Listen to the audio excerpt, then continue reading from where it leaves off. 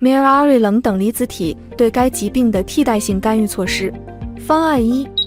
选择第一个方案，感染，然后根据所示位置放置阵列，请按病例逐案遵循治疗时间。方案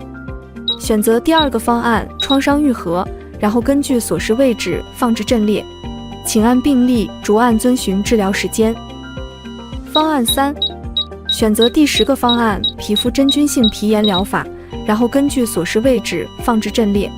请按病例逐案遵循治疗时间。总的来说，在轻度病例中至少需要7至60天，在中度病例中需要6至8周，在严重病例中需要每个方案的治疗周期为3至6个月。